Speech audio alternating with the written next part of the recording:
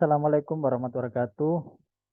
Alhamdulillah kita ketemu lagi dalam materi perkuliahan K3 dan Hukum Ketenagakerjaan, di mana kita sudah sampai di sesi yang kelima, yaitu mengenai manajemen keselamatan kerja. Jadi di sini kita akan membahas mengenai bagaimana mengelola resiko yang ada di tempat kerja gitu, sehingga kondisi tempat kerja yang aman dan nyaman itu bisa tercapai. Nah, manajemen resiko K3 ini mempunyai beberapa tujuan. Yang pertama, mencegah dan mengurangi resiko potensial. Jadi, di tempat kerja tentu banyak resiko yang bisa terjadi gitu ya, yang bisa memicu insiden atau eksiden gitu ya. Bisa jadi terjadi insiden atau bisa jadi terjadi kecelakaan. Nah, itu harus diantisipasi gitu ya. Harus dicegah sebisa mungkin atau ya setidaknya dikurangi resikonya sehingga seminimal mungkin peluang terjadinya. Yang kedua adalah antisipasi terhadap resiko yang menjadi nyata. Jadi kalau ada resiko yang memang tidak bisa dihindari, ya kita harus antisipasi. Contohnya seperti menentukan alat pelindung diri, desain tertentu dalam lokasi kerja tersebut, dan lain sebagainya. Yang ketiga adalah melindungi perusahaan dari resiko signifikan. Salah satu resiko signifikan ya kerugian, kerusakan alat, kerusakan mesin, kehilangan nyawa, itu termasuk resiko-resiko signifikan yang dapat merugikan perusahaan. Yang keempat adalah mendorong tindakan proaktif dan hati-hati. Jadi mensosialisasikan dan mengupayakan agar setiap pekerja itu bisa bertindak proaktif dalam artian mau melaporkan atau mau mengidentifikasi potensi bahaya yang ada dan bertindak hati-hati dalam bekerja.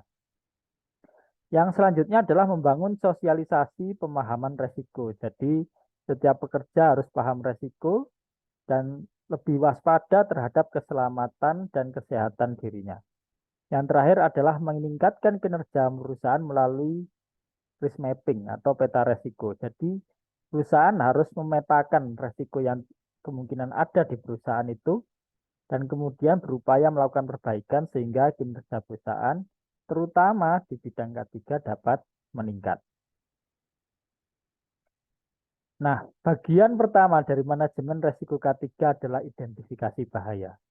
Jadi bahaya ini bisa dari mana saja dan bisa terjadi kapan saja. Oleh karena itu kita harus melakukan identifikasi untuk apa? Untuk melakukan pencegahan dan antisipasi yang memadai.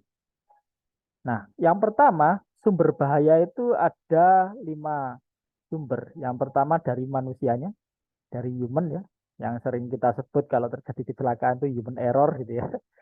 Jadi dari manusia, nah, makanya manusia sebagai sumber bahaya, maka manusia harus kita latih, kita berikan sosialisasi, kita berikan kewaspadaan atau awareness atau penyadaran akan pentingnya K3.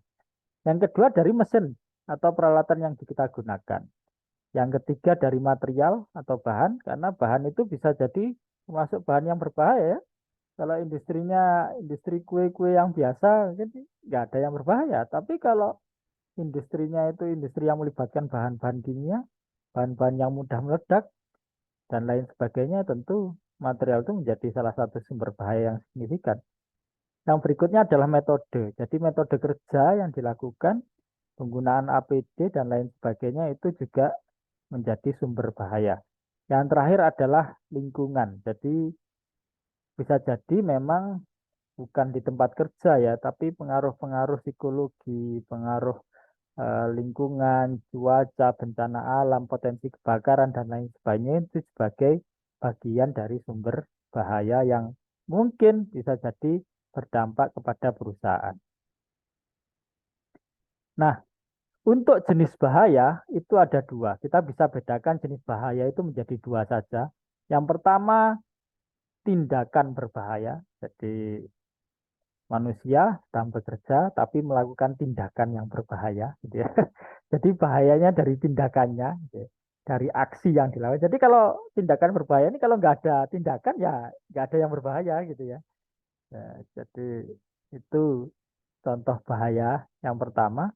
Yang kedua jenis bahaya berikutnya adalah dari kondisi. Mungkin bukan dari tindakannya, Mungkin bukan dari pekerjanya, bukan dari pekerjaannya, tapi memang kondisinya yang berbahaya. Contohnya orang yang membersihkan kaca di gedung-gedung tinggi gitu ya.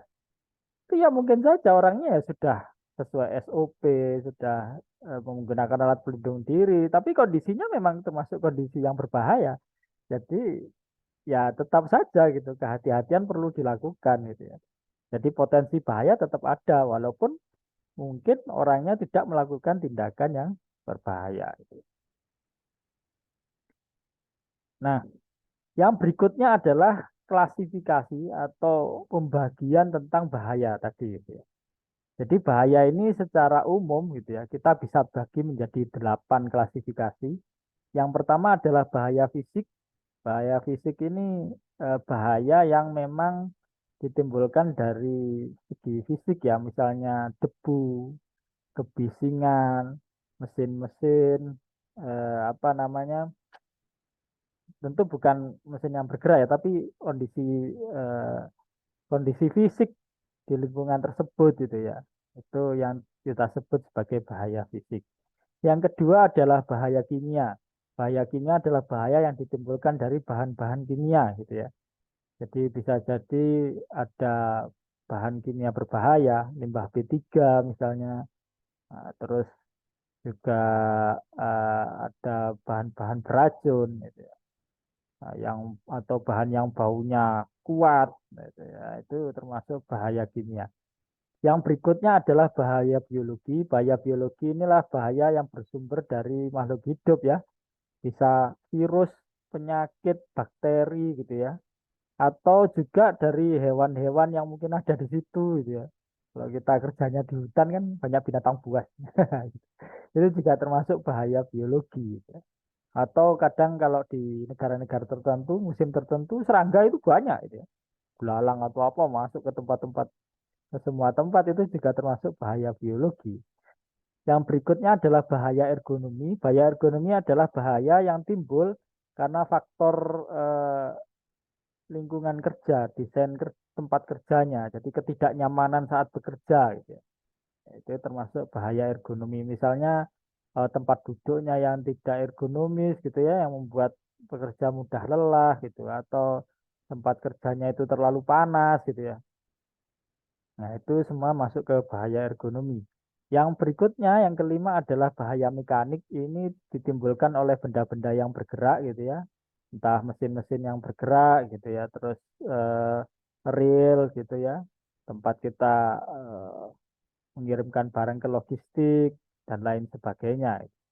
Yang berikutnya adalah bahaya pelepasan energi. Bahaya pelepasan ini adalah bahaya-bahaya yang timbul karena kebakaran atau kemungkinan terjadinya ledakan gitu ya. Itu termasuk kategori bahaya pelepasan energi. Yang berikutnya adalah bahaya listrik. Nah, ini umum sekali karena perusahaan jarang yang nggak pakai listrik gitu ya. Hampir semuanya pakai listrik, tentu bahaya listrik ada di mana-mana gitu ya. Yang terakhir adalah bahaya psikologis. Bahaya psikologis erat kaitannya dengan durasi kerja, tingkat kelelahan, tingkat stres dari pekerja itu sendiri. Nah, itu juga berdampak pada kemungkinan terjadinya kecelakaan kerja, sehingga perlu diatur juga dan perlu diantisipasi mengenai aspek psikologis dari pekerja. Berikutnya, kalau kita berbicara tentang manajemen risiko, tentu kita berbicara tentang evaluasi risiko itu sendiri. Nah, dalam melakukan penilaian risiko yang ada di tempat kerja, kita bisa menggunakan tabel berikut ini, yaitu tabel yang menghubungkan antara frekuensi dengan severity atau keparahan gitu ya. Jadi frekuensi itu maksudnya frekuensi kemungkinan terjadinya kecelakaan, kalau keparahan adalah atau severity adalah kemungkinan seberapa parah kalau kecelakaan itu terjadi. Jadi frekuensi mulai dari sangat jarang sampai sangat sering gitu ya. Kalau keparahan mulai dari sangat ringan sampai sangat berat. Umumnya eh, ya ini relatif ya. Kalau umumnya sih ketika kita melakukan K3 gitu ya, sudah menjalani K3 dengan baik, harusnya sesuatu yang keparahannya sangat berat itu sangat jarang terjadi gitu ya. Tapi sesuatu yang sering itu biasanya yang keparahannya ringan-ringan saja gitu. Karena mungkin memang tidak bisa dihindari gitu ya. Kan tidak semuanya bisa dihindari. Nah, Dari analisis penilaian resiko yang kita lakukan, kita akan kategorikan eh, resiko yang ada di tempat kerja tersebut menjadi kategori rendah, sedang, tinggi, dan ekstrim.